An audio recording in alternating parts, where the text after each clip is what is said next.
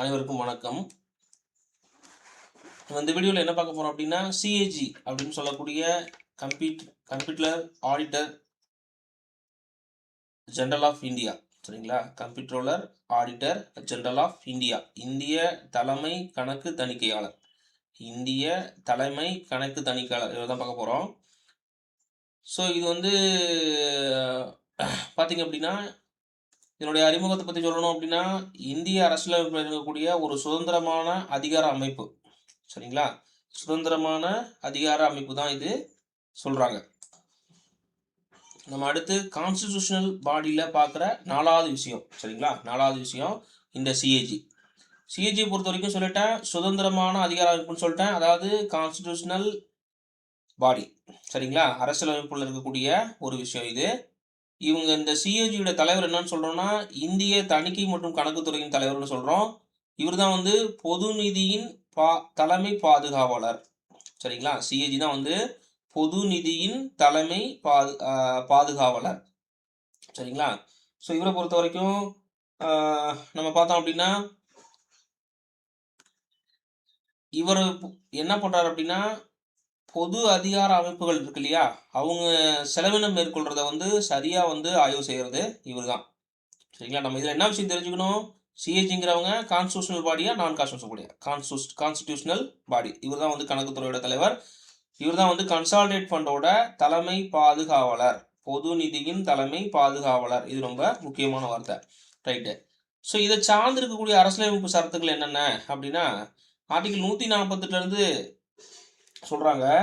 So article 148 என்ன சொல்லுது அப்படின்னா நியமனம், இந்த சிஏஜி இந்திய தலைமை கணக்கு தணிக்கையாளரோட நியமனம், சரிங்களா, பதவி பிரமாணம், பணி நிபந்தனைகளை பற்றி சொல்கிற ஆர்டிகல் 148. 149 அவங்களுடைய டியூட்டிஸ் அண்ட் ரெஸ்பான்சிபிலிட்டிஸ், கடமைகள் மற்றும் அதிகாரத்தை பற்றி சொல்கிறது 149.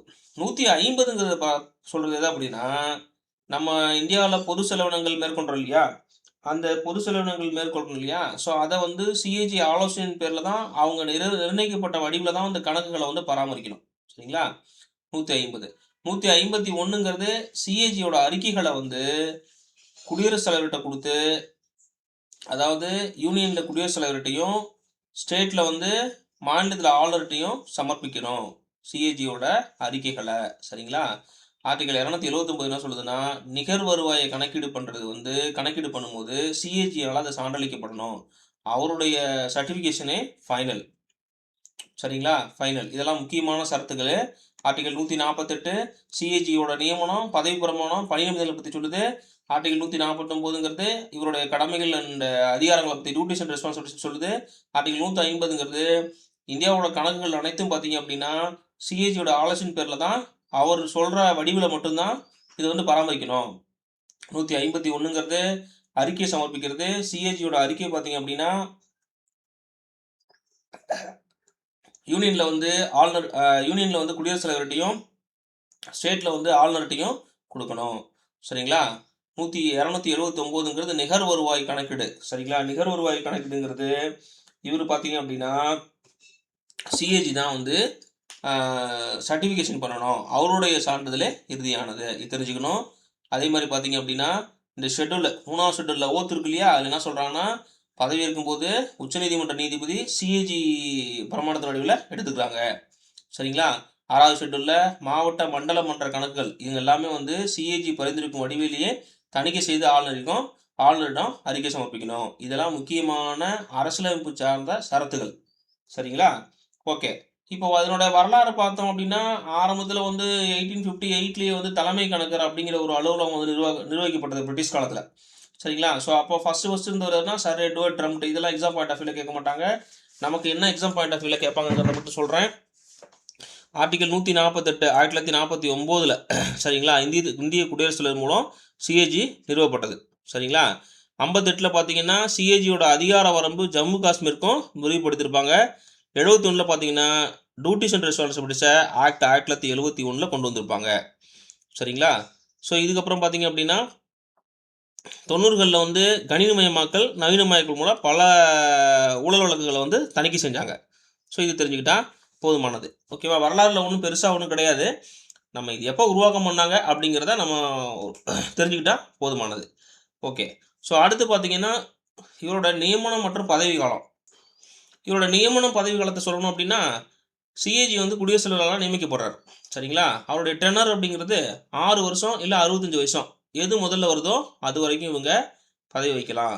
நீக்கங்கிறது அஸ் யூசுவல் உச்சநீதிமன்ற நீதிபதியை எப்படி நீக்குவாங்க பண்ணுவாங்களோ அதே மாரி நீக்கம் பண்ணுவாங்க. சிஏஜி வந்து மறுநியமனம் செய்ய முடியாது. சரிங்களா? ஓய்வுக்கு பின்னாடி பார்த்தீங்கன்னா, இந்திய அரசு அல்லது மாநில அரசோட எந்த பதவியும் வகிக்க முடியாது. சம்பளங்கிறது சரிங்களா? சம்பளங்கிறது பதவியில் இருக்கும்போதே சரிங்களா? சம்பள பதவிகள மாற்ற முடியாது. இது தெரிஞ்சா போதுமானது. ஸோ இத பத்தி அம்பேத்கர் ஒரு விஷயம் சொல்லியிருக்காரு. இத நம்ம கண்டிப்பா தெரிஞ்சுக்கணும்.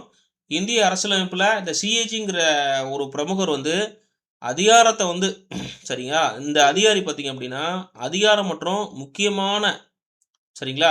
முக்கியமான அதிகாரிங்கிறது தான் அவருடைய கருத்து. சரிங்களா? ஸோ இது கடமைகள், அதிகாரங்கள், கடமைகள பத்தி பேசணும் அப்படின்னா, இந்த அதிகாரங்கள் பொறுத்த அதாவது டியூட்டிஸ் அண்ட் ரெஸ்பான்சிபிலிட்டிஸ் சொல்லணும்னா, ஒன்றிய அரசோட கணக்குகள வந்து தணிக்கை செய்றது இவரு தான். மாநில அரசோட கணக்குகள தணிக்கை செய்றாரு. அதாவது consolidate fund, contingency fund, public fund சரிங்களா? இது எல்லாத்தையும் இவரு தான் வந்து தணிக்கை பண்றாரு. அதாவது அரசு நிறுவனங்களு, சங்கங்களு, அரசு உதவி பெறும் நிறுவனங்கள் எல்லாமே அரசு உதவி பெறும் பொது நிறுவனங்கள், உள்ளாட்சி அமைப்புகள், குடியரசுத் தலைவருக்கு ஆலோசனை குடுக்குறது. இதுதான் பரீட்சையில கேட்டான்.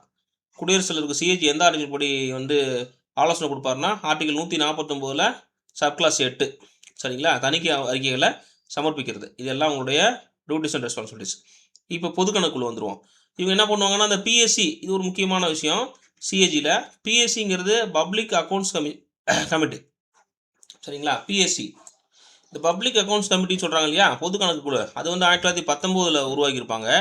இந்த சிஏஜி அறிக்கைகள ஆய்வு செய்றதுக்காக இது உருவாக்கியிருப்பாங்க. இதோட முக்கியமான பணி என்னன்னா, அப்ராப்ரியேஷன் அக்கவுண்ட், ஃபினான்ஸ் அக்கவுண்ட், பொதுத்துறை நிறுவனங்கள் தொடர்பான கணக்குகள வந்து ஆய்வு செய்றது. சரிங்களா? சிஏஜி வந்து பிஎஸ்சிக்கு ஆலோசகர்ன்னு சொல்லுவாங்க. சரிங்களா? ஸோ இது ரொம்ப முக்கியம். ஸோ இங்க பிரிட்டனுக்கும் இந்தியாவுக்கும் இருக்கக்கூடிய நம்ம டிஃபரன்ஸ் குடுத்துருக்கோம். இங்க டிஃபரன்ஸ் பொறுத்தவரைக்கும் இந்தியால ஆடிட் மட்டும் தான் பண்ண முடியும். ஆனா பிரிட்டன்ல வந்து கம்ப்யூட்டர் பிளஸ் ஆடிட்டர். இங்க செலவு செய்யப்பட்ட பிறகு தான் இங்க முன் அனுமதி அவசியம். இங்க போஸ்ட் ஆடிட், இங்க ப்ரீ ஆடிட். நாடாளுமன்ற உறுப்பை பொறுத்தவரைக்கும் இது நாடாளுமன்ற உறுப்பினர் கிடையாது. இங்க காமன் சபையோட ஒரு உறுப்பினர். சரிங்களா? அறிக்கை சமர்ப்பிப்பது நம்ம சொல்லிட்டோம். பிரசிடென்ட் கவர்னர்ட்ட தான் சொல்லணும். இங்க பார்லிமென்ட்க்கு நேரடியாக இவங்க வந்து சொல்லுவாங்க. பதவிக்காலம் 6 ஆண்டு வரை இவங்க ஓய்வு வரைக்குமே இருக்கலாம். சரிங்களா? சட்டாதங்கள்ல சொல்ல பொறுத்தவரைக்கும் ஆர்டிகிள் 148லேருந்து 151, 279, ஷெட்யூல்ல 3, 6 இது எல்லாமே முக்கியம். இது நமக்கு தெரிஞ்சது தான். சிஏஜி ஆக்ட் எந்த வருஷம்னு கேட்பான். 1971ல சிஏஜி ஆக்ட். சரிங்களா? இது ரொம்ப முக்கியமா தெரிஞ்சுக்கணும். வேற இதுல வேற ஒண்ணும் இல்ல. சவால்கள பொறுத்த மட்டும் ஊழல் மற்றும் நிதி முறைகேடு தான் இவங்களுக்கு ஒரு மிகப்பெரிய சவாலா இருக்கும். அப்புறம் வந்து இந்த ட்ரிபிள்-பி திட்டங்கள்னு சொல்லுவாங்க. ட்ரிபிள்-பி திட்டங்கள்ல அதனுடைய நிதி சார்ந்த சிக்கல்கள். இந்த பப்ளிக் பிரைவேட்ன்னு சொல்லுவாங்க. ட்ரிபிள்-பியை பொறுத்தவரைக்கும். சரிங்களா? ஸோ இந்த ட்ரிபிள்-பின்னா பப்ளிக் பிரைவேட் பார்ட்னர்ஷிப்னு சொல்லுவாங்க. அத சொல்லிட்டு நம்ம அந்த திட்டங்கள்ல வந்து ஆய்வு பண்றப்போ நெறைய சட்ட சிக்கல்ல இவங்க சந்திக்கிறது இருக்கும். சரிங்களா? ஸோ அத பார்க்கணும். நியமன செயல்முறைகள்ல வந்து வெளிப்படைத்தன்மை இருக்காது. அது வந்து நமக்கு வந்து சவால்களா இருக்கும். எப்படி பணம் ட்ரான்ஸ்ஃபர் ஆச்சுன்னு சொல்லிட்டு. அதேமாரி ஆவணங்கள வந்து கொஞ்சம் மெயின்டெயின் பண்ணுறதும் கஷ்டமா இருக்கும். ஓகேவா? இந்த மாரி விஷயங்கள்லாம் இருக்கு. இதெல்லாம் ஆய்வு பண்ணுறதுக்குள்ள இவங்களுடைய பதவி காலங்கிறது முடிஞ்சிடும். ஏன்னா பதவி காலங்கிறது இவங்களுக்கு வந்து 6 வருஷம் தான் சொல்லியிருக்கோம். இத வந்து சவாலான விஷயங்களா இவங்க வந்து பார்க்குறாங்க. ஸோ இதில முக்கியமா நம்ம என்னென்ன சொல்றோம்? இது ரொம்ப முக்கியம். எக்ஸாம் பாயிண்ட் ஆஃப் வியூல நம்ம என்னென்ன கன்க்ளூட் பண்றோம்? ஜனநாயகத்தோட முக்கியமான தூணா இவர சொல்றோம். பப்ளிக் மணியோட வாட்ச் டாக். இதுதான் பரீட்சையில கேள்வி கேட்பான். சரிங்களா? பப்ளிக் மணியோட வாட்ச் டாக் யாரு? அப்படின்னு கேட்பான். நம்ம தான் சொன்ன பொது கணக்கு வந்து அந்த வந்து பொதுவான விஷயங்களோட இவருன்னு சொல்லி பாதுகாவலர்ன்னு சொல்லி நம்ம சொல்லியிருந்தோம். சரிங்களா? பப்ளிக் மணியோட வாட்ச் டாக் இது பரீட்சையில கேட்பான். அதே மாரி பொறுப்புணர்வு, வெளிப்படைத்தன்மை சரிங்களா? பாராளுமன்றத்திற்கு பொறுப்புணர்வு ஏற்படுத்துது. இத பத்தி அம்பேத்கர் என்ன சொல்லியிருக்காருன்னா, இவர் ஒரு முக்கியமான அரசியலமைப்பு அதிகாரி. சிஏஜி வந்து முக்கியமான அரசியலமைப்பு அதிகாரி.